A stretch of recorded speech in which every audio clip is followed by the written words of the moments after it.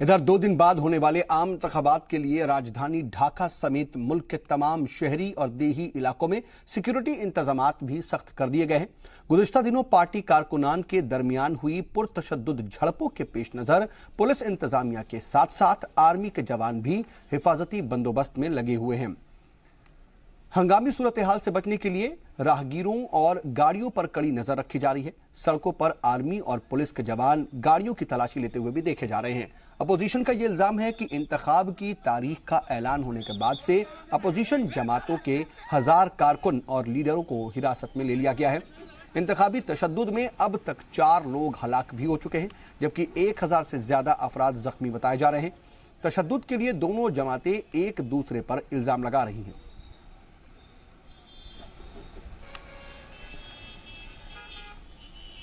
और हमारे साथ ढाका से हमारी सीनियर रिपोर्टर पूजा मेहता मजीद मालूमात के साथ जुड़ चुकी हैं। पूजा, आपसे जानना चाहेंगे कि इलेक्शन की तैयारियां इस वक्त कैसी हैं? देखिए, आपको बता दें कि 30 तारीख को बस एक ही दिन बचा है, तो पूरी तरीके से जो है जोरों शोरों से यहाँ पे तैयारी हो चुकी है। सुरक्षा के लिहाज से अगर आप बात करें तो आर्मी जो है उसे स्टैंड बाय रखा गया है और डिप्लॉय भी की गई है। नहीं, उसके अलावा बॉर्डर गार्ड बांग्लादेश जो बांग्लादेश के बॉर्डर गार्डिंग फोर्स है उसे पुलिस, रैब, इन सारे फोर्सेस को जो है डिप्लॉय किया जा चुका है। कल से जो काम शुरू हुआ वो है स्ट्रॉन्ग रूम से ईवीएम निकालने का काम शुरू हुआ, क्योंकि बांग्लादेश में पहली बार 6 कॉन्स्टिट्यूएंसी में ईवीएम का इस्तेमाल किया जाएगा। उसके अलावा बैलेट पेपर पे वोट दिए जाएंगे। तो ये काम जो है कल से शुरू हो जाना है, क्योंकि परसों इलेक्शन है। ठीक है, लेकिन सिक्योरिटी और रिंगिंग को लेकर के लोगों में काफी अप्रीहेंशन पाया जाता है। इलेक्शन क्या पूरी तरह से अनबायस तरीके से हो पाएगा, खासकर तब जबकि अपोजिशन को सीईसी पर भरोसा नहीं है? देखिए, आपको बता दें कि बांग्लादेश के पॉलिटिकल हिस्ट्री में हमेशा जब जब चुनाव हुए हैं काफी ज्यादा हिंसा होती है, चुनाव के दिन भी और चुनाव से पहले भी। लिहाजा इलेक्शन कमीशन ने इस बार सेना और बाकी फोर्सेस को भी डिप्लॉय कर दिया। लेकिन ऑपोजिशन की अगर बात करें तो जो ये नेशनल यूनाइटेड फ्रंट बना है या बीएनपी जो है, उनका बार बार ये आरोप लगता रहा है कि सेना और पुलिस जो है उनके कैंडिडेट्स को प्रोटेक्ट नहीं कर पा रहे हैं, वो लोग कैंपेन नहीं कर पा रहे हैं। तो उसके अलावा जो है फेक न्यूज का जो है यहाँ पे बड़ा खतरा है। बांग्लादेश में जो पिछले कुछ महीनों से काफी फेक न्यूज के कारण से यहाँ पे हिंसा होती रही है। तो इसलिए एक बार 10 घंटे के लिए इंटरनेट को बंद किया भी जा चुका था, फिर फिलहाल रिस्टोर किया गया है। लेकिन सूत्रों के हवाले से ये खबर आ रही कि कल शायद फिर एक बार 2G स्पीड कर दी जाएगी और 3G और 4G इंटरनेट जो है। ठीक है, लेकिन आपसे पूजा ये भी जानना चाहेंगे इन सब के बीच की इस्लामिस्ट जो पार्टियां हैं, जो मजहबी पार्टियां हैं, उनका सपोर्ट किसके साथ दिखाई देता है इस वक्त? देखिए, जहाँ तक इस्लामिक या मजहबी पार्टी का अगर आप बात करें तो यहाँ पर क्योंकि बांग्लादेश का धर्म भले ही इस्लाम है, लेकिन कल्चर की बात करें या ट्रेडिशन की बात करें तो ये अपने आप को बंगाली मानते हैं। तो भाषा भी बंगाली है, ट्रेडिशन के लिहाज से भी यहाँ पे लोग जो है उनका रहन सहन सब कुछ बंगाली की किस्म का है। तो अगर उसकी बात करें तो यहाँ पर 2 ही पार्टी है, आवामी लीग जो रूलिंग पार्टी है और अपोजिशन में बीएनपी है वो पार्टी है। लेकिन बीएनपी के साथ कुछ और रीजनल पार्टीज जो है वो जुड़ी है एक साथ इस चुनाव में। ठीक है, चलिए आप नजर बनाए रखिएगा, हम आगे भी आपसे अपडेट के लिए जुड़ेंगे। फिलहाल के लिए आपका बहुत बहुत शुक्रिया पूजा। बढ़ते खबरों में आके वजीर आजम नरेंद्र मोदी ने भूटान हुकूमत को 45 अरब रुपए यानी कि 643 मिलियन डॉलर की इमदाद देने का ऐलान किया है। राजधानी दिल्ली में भूटान के नए वजीर आजम लोताय जेरिंग से मुलाकात के बाद पीएम मोदी ने इसका ऐलान किया। वाज़ेह हो कि जेरिंग गुज़िश्ता अक्टूबर हुए इंतखाबात के बाद वजीर आजम बने हैं और मीटिंग के दौरान दोनों ममालिक के सरबराहान के माबैन दिफाई और अस्करी उमूर के अलावा मुख्तलिफ शोबों में बाहमी ताउन के हवाले से तफसीली चर्चा हुई।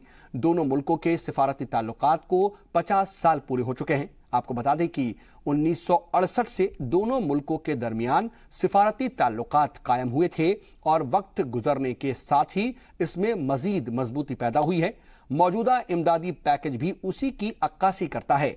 मीटिंग के दौरान हाइड्रो पावर प्रोजेक्ट का मामला भी जेर गौर आया और मांगडेशु प्रोजेक्ट को जल्द ही पूरा होने का इम्कान है। तवानाई के अलावा दोनों ममालिक खलाई प्रोग्राम में भी एक दूसरे के इश्तराक के इम्कान पर गौर कर रहे हैं। तिजारती शोबे में हिंदुस्तान भूटान का सबसे बड़ा शिराकतदार है।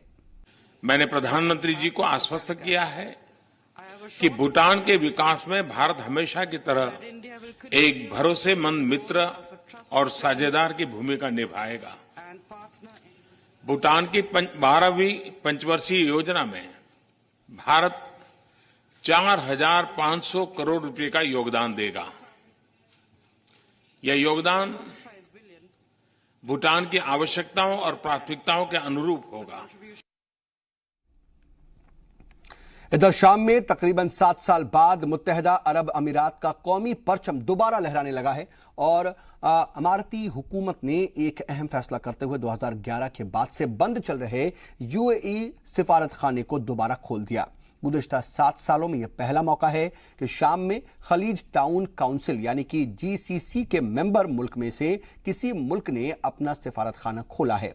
राजधानी दमिश्क में मुनक्किद तकरीब के दौरान इराक और सूडान के सफीरों के अलावा ट्यूनीशिया और अल जज़ायर के सिफारती अमला भी मौजूद था।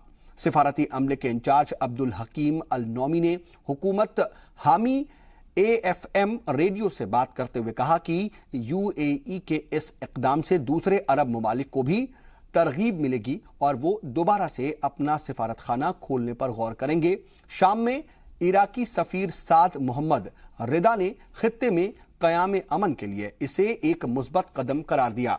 वहीं शामी वजारत ख़ारजा के प्रोटोकॉल डायरेक्टर को उम्मीद है कि यूएई के फैसले से अरब ममालिक के बाहमी रिश्तों और भाईचारे में मजबूती पैदा होगी। अरब ममालिक के लिए दमिश्क वापसी का ये दावतनामा है। शाम अरब दुनिया का एक अहम मुल्क है। अस्करी लिहाज से इसकी अहमियत है। शाम में दोबारा सिफारत खाना खोलने वाले मुल्कों का इस्तकबाल है। बिरादर मुल्क मुत्तहिदा अरब अमीरात का सिफारत खाना दोबारा खुलना एक मुस्बत कदम है।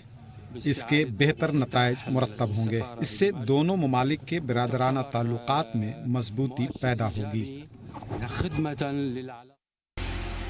ब्रेक के बाद एक बार फिर से आपका इस्तकबाल है। बात मुत्तहिदा अरब अमीरात की हो रही थी और इस फैसले को जो हमने पहले इससे ब्रेक से पहले बताया आपको, उसको इलाकाई सियासत में नई और अहम पेशबंदी भी माना जा रहा है और ये फैसला अरब लीग में शाम की दोबारा वापसी का पेश खेमा भी माना जा सकता है।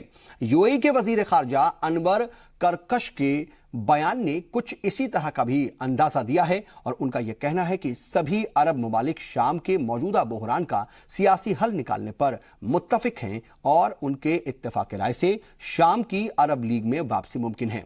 उन्होंने कहा कि यूएई शामी अवाम उसके खुद मुख्तारी और वहदत का हामी है। शाम के साथ बाहमी ताल्लुकात को नागुज़ीर बताते हुए उन्होंने कहा कि यह फैसला सोच समझ कर लिया गया है। तो शाम में तकरीबन 7 साल बाद मुत्तहिदा अरब अमीरात का कौमी परचम दोबारा से लहरा रहा है और अमारती हुकूमत ने एक अहम फैसला करते हुए 2011 के बाद से बंद चल रहे यूएई के सिफारत खाने को दोबारा से खोल दिया है।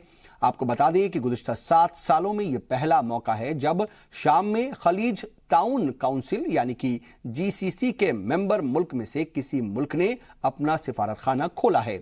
वहीं राजधानी दमिश्क में मुनक्किद तकरीब के दौरान इराक और सूडान के सफीरों के अलावा ट्यूनीशिया और अल जज़ायर के सिफारती अमले को भी मौजूद देखा गया और सिफारती अमल के इंचार्ज अब्दुल हकीम अल नौमी ने हुकूमत हामी AFM रेडियो से भी खास तौर पर बात की और कहा कि यूएई के इस इक़दाम से दूसरे अरब ममालिक को भी तरगीब मिलेगी और वो दोबारा से अपना सिफारत खाना खोलने पर गौर करेंगे।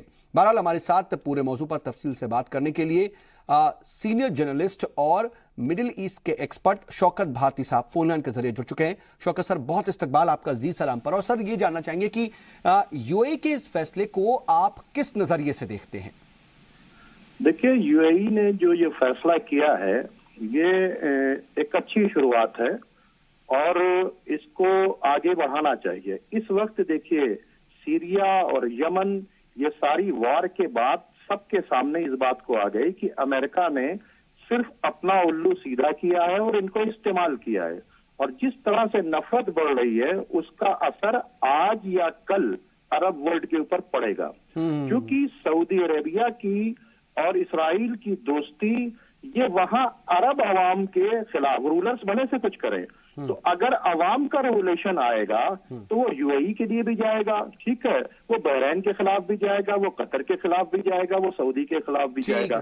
तो अब ये जब एक्सपोज हो गई हैं सारी बातें, ऐसे वक्त में अगर यूएई वगैरह अमेरिका पर डिपेंड रहने के बजाय अपने बॉर्डर से अच्छे रिलेशन नहीं डेवलप करेंगे तो फिर उनके यहाँ इंटरनल प्रॉब्लम खड़ी हो सकती है।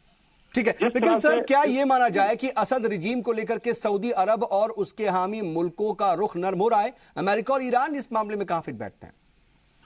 देखिए, अमेरिका का मामला यह है कि अमेरिकन आर्मी वहां से हटाई जा रही है, ठीक है, उसने कह दिया कि अमेरिका, इराक के अंदर उनके साथ जो कुछ हुआ है वो आपके सामने आ गया है।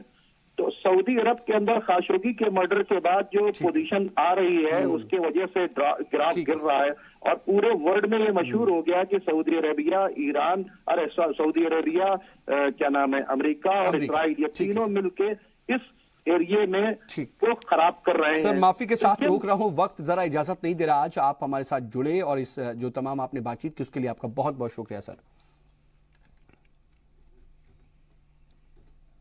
बढ़ते आगे, आबो हवा की तब्दीली और ग्लोबल वार्मिंग का असर अब खलीजी ममालिक पर भी दिखाई देने लगा है। जिन इलाकों में बराए नाम बारिश हुआ करती थी अब वहां हालात ये हो गए हैं कि सैलाब किसी कैफियत पैदा होने लगी है। कुवैत के बाद अब शाम में मूसलाधार बारिश के सबब सैलाब ने एक तरह से भयानक तबाही मचाई है और खासकर शुमाली शाम के पनाह गुज़ीन कैंपों में रहने वाले लोगों की हालत बहुत ज्यादा खराब है। ह्यूमन राइट्स मुशाहिदीन ने इन कैंपों की तस्वीर सोशल मीडिया पर जारी की है। ये तस्वीरें सूबे इदलिब के अतिमाह की हैं। तस्वीरों में देखा जा सकता है कि मकानात किस तरह से पानी में डूबे हुए हैं और कैंपों के अंदर सड़कें पानी में डूबी हुई हैं। कपड़े और प्लास्टिक के खेमे उजड़ चुके हैं और मुशाहिदीन के मुताबिक कैंप में किसी भी तरह की इमदाद नहीं पहुंचाई जा रही। शाम में इस वक्त खाना जंगी के सबब तबाह और बर्बाद हुई तारीखी विरसे की मरम्मत और बहाली की मुहिम जोर शोर से चल रही है और इस हवाले से दमिश्क नेशनल म्यूजियम के माहिरीन फन तामीर के कदीम और नायाब नमूनों को उनके पुरानी रंगत में लाने की भी लगातार कोशिश में मसरूफ हैं। सात साल जंग के दौरान मुल्क के कई अजायब घरों को बंद कर दिया गया था ताकि इन तारीखी यादगारों को महफूज रखा जा सके। सऊदी फरमारवा शाह सलमान ने काबीना में तब्दीली करते हुए साबिक वजीर खजाना इब्राहिम अल आसिफ को नया वजीर खारजा मुकर्रर किया है और वो अल जबीर की जगह लेंगे और अल जबीर को डिमोट करके अब खारजा महकमे में ही मुमलकती वजीर बना दिया गया है। माना जा रहा है कि मारूफ सहाफ़ी जमाल खाशोगी के कत्ल मामले पर आलमी सतह पर सऊदी अरब के तईं पैदा हुई नाराजगी के सबब यह फैसला किया गया है। मकामी मीडिया के मुताबिक अल जबीर के अलावा नेशनल गार्ड्स के सरबराह शहजादा मतब बिन को भी हटा दिया गया है। उनकी जगह पर शहजादा अब्दुल्लाह बिन बंदर बिन अब्दुल अजीज को तैनात किया गया है। और चलिए इसी के साथ वर्ल्ड न्यूज में आज के लिए बस इतना ही। आप बने रहिए जी सलाम के साथ।